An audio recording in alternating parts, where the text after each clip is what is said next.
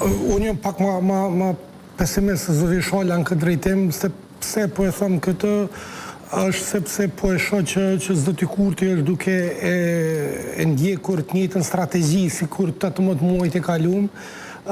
Cilla ka qenë ajo, ka qenë një taktizim ku një ditë ka dalë me një deklaratë shpëtdhënëse ku ka lavdu opozitën për bashkëpunim, mas 3 ditë ka dalë me një deklaratë kundërthënëse ku i ka akuzu që s'mund marrin pozitën e presidentit as kur gjëhet sepse s'ka numra, tu thirr në numra, në përqindje, në elemente ndryshme.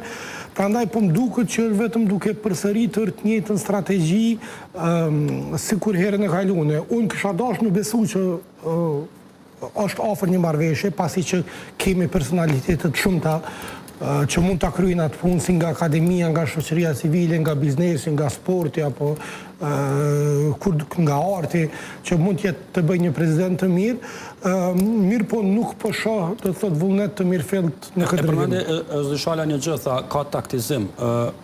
Kush po bën taktizim, pra dhe taktizimi për çfarë është, sepse nëse je në një situatë krize ku duhet të zgjedhësh një president, apo bën taktik për ta qitë një tanin, apo për të përfituar në kohë për shku në zgjedhje? Jo, është vetëm nga perspektiva ime është vetëm një taktizim për të shtyr datën e zgjedhjeve, e cila prap mund të vije në javën e fundit të këtij viti, 27 dhjetori, i cila prap nuk do të prodhon zgjidhje. Pse nuk do të prodhon zgjidhje? Sepse edhe në rastin më të mirë, edhe sikur të kemi një numër të madh diasporës prap që do të voton, ndoshta lëvizja vendosë sipas trendit të kaluar do të ketë 3 ose më shumë apo 4, hajde të themi.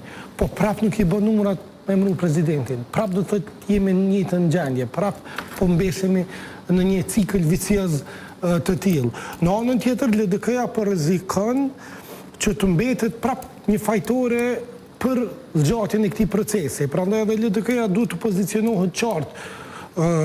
Po mendoj që nuk ka aq shumë diskutime të thella për të gjetur një personalitet të tillë. Pozicioni është apo jo për një president konsensual apo jo. Në qoftë